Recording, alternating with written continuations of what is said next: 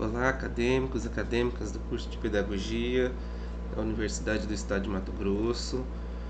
Aqui é o professor Gleison Peralta Pérez.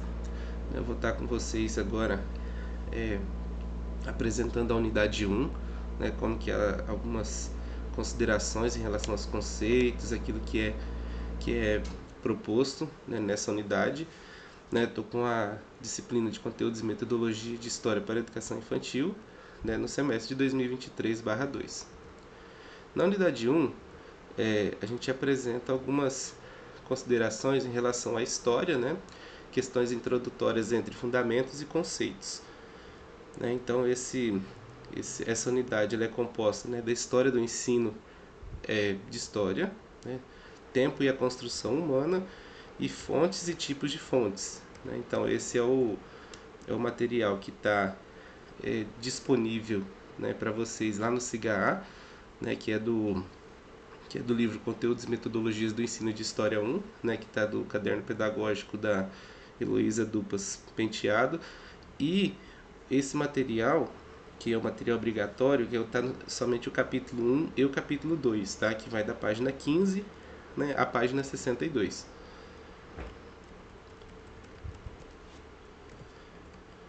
Então, assim, logo no capítulo 1, ele tem esse título, História, Tantas Histórias. Então, ele vai trazer algumas reflexões da nossa própria história, como que a gente direciona o conhecimento, como área de saber e a própria formação, do próprio educador ou educadora, e um cidadão crítico, aquilo que a história nos propõe e nos instiga.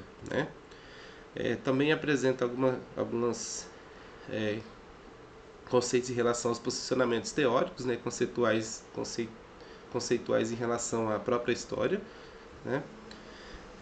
Tem também a história do ensino de história, um outro tópico também bem relevante, da importância que tem a história como o próprio ensino, e principalmente relacionado no próprio currículo, currículo da escola e aquilo que a gente se propõe. Então, a história também, a sua própria inserção nesses currículos, aponta também algumas considerações em relação às modificações que teve a própria disciplina de história, que em alguns momentos ela se considera, como um requisito para a formação, do cidadão crítico, consciente, e que não está fora do contexto, econômico, político e social brasileiro. Então, a história ela está sempre envolvida nesse processo, de construção. Então, o tempo também é outro tópico que aponta, nesse capítulo 1, como uma construção humana, aquilo que nós construímos e reconstruímos ao longo da trajetória, tanto as pessoas que estão quanto aquilo que já foi passado. Então, isso vai nos remetendo para algumas questões de próprio como que se constitui, como se constrói, a própria história e o ensino de história.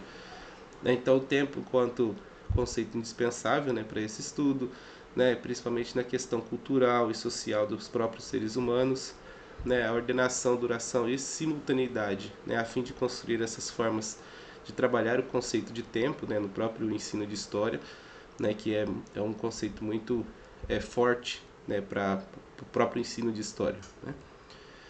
Já no capítulo 2, ele vai apontar um pouco essa relação das fontes, as fontes como indícios nessa construção da narrativa histórica. Então, aquilo que se constrói, que se constitui, e aí a gente pode pensar os documentos, são principalmente documentos oficiais, e aqueles que vão fazer parte do cotidiano, e que posteriormente, já mais recente, já aqui na década de 80, 90, 70, com a questão da própria observação da história como o campo de conhecimento da cultura, daquelas modificações que se passam ao longo do tempo.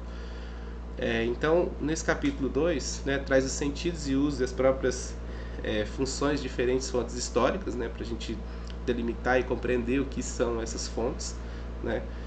O próprio discurso histórico, aquele que depois a gente chama ele de historiografia, que vai sendo constituída através das fontes, dos documentos, dos depoimentos, e a história vista num todo. Tem também a questão da fonte textual, né, que seria esse documento oficial ou indício histórico, né, então isso a gente tem que ter esse cuidado na questão da história. Entender como aconteceu essa transformação, né, da fonte textual para esse indício histórico, né, e compreender como isso revela as próprias relações, né, socioculturais de um tempo, né, que a cada momento, a cada período a gente percebe que isso vai se alterando, né, as próprias narrativas, né.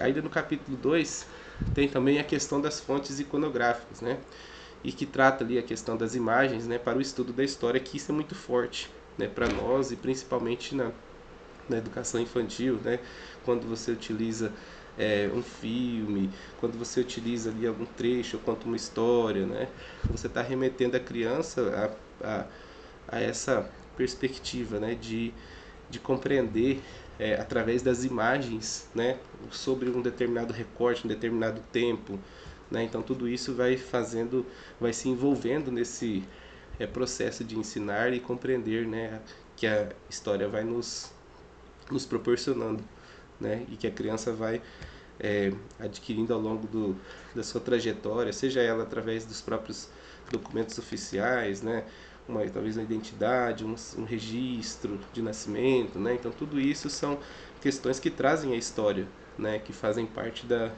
criança e ela vai se constituindo como pessoa e ela vai criando a sua própria história, né.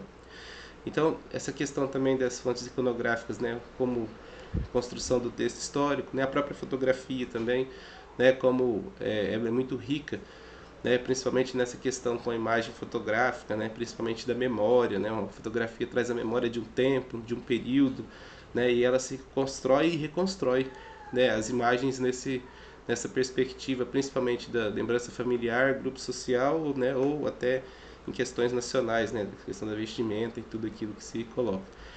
Outro item também que é muito utilizado é a questão do cinema, né? O cinema como uma imagem fotográfica, né? Um produto cultural importante para compreender a sociedade e o tempo, né? Outra relação também são as fontes musicais, né? Os sons, né? Os sentidos, né? O que cada som diz, o sentido que traz, a vibração do corpo, do ar. Então tudo isso vai fazendo as reflexões que a própria história nos remete. Outro ponto também apontado já no capítulo 2, e já está mais para o finalzinho, é a questão da história na era da internet, né? Então ele traz alguns elementos que nos fazem refletir, né? Tipo, o potencial que a internet pode nos trazer, né? E nos refletir, tanto com dicionários, tradutor, né? Material didático, multimídia, informações institucionais, sejam elas de museus, arquivo, biblioteca, né? Entre outros que estão geralmente disponíveis na própria internet. Além de fontes, né, fonográficas, filmísticas, né, fotográficas, né, e a própria rede social, né, entre outros instrumentos que podem contribuir para essa compreensão e auxiliar, né, nós professores e professoras na nossa prática profissional, né, no nosso dia a dia e que está à disposição. Aqui também as referências, né, que é o caderno pedagógico, as imagens elas são do Google Imagens, né? Então eu fico agradecido, né, pelo momento, pela oportunidade, né, e depois que vocês assistirem esse vídeo, eu peço que vocês vejam tanto da unidade 2 quanto da unidade 3, que a gente faz alguns apontamentos de cada material disponível. Do mais, né, fico agradecido, que a gente tenha um bom semestre, que a gente possa estar juntos e juntas nessa caminhada em 2023/2. Do mais, tchau, tchau e até o próximo vídeo.